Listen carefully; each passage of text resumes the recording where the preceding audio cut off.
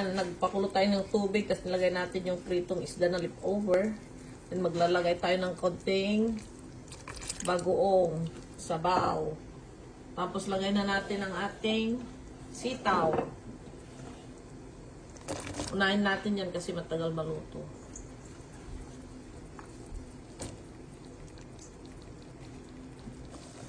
Then lagay na rin natin ang malunggay para maluto siya. Ayan.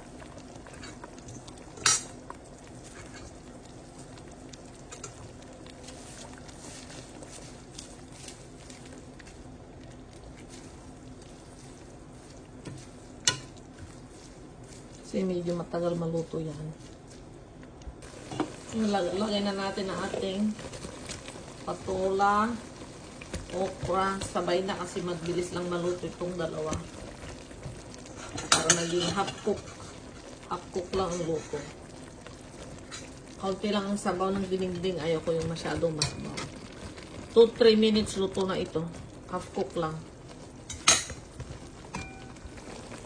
Ito, luto ng dinengding natin. Mayroon tayong sitaw, dahon ng malunggay, okra, at saka patola. Yan. Konti yung sabaw.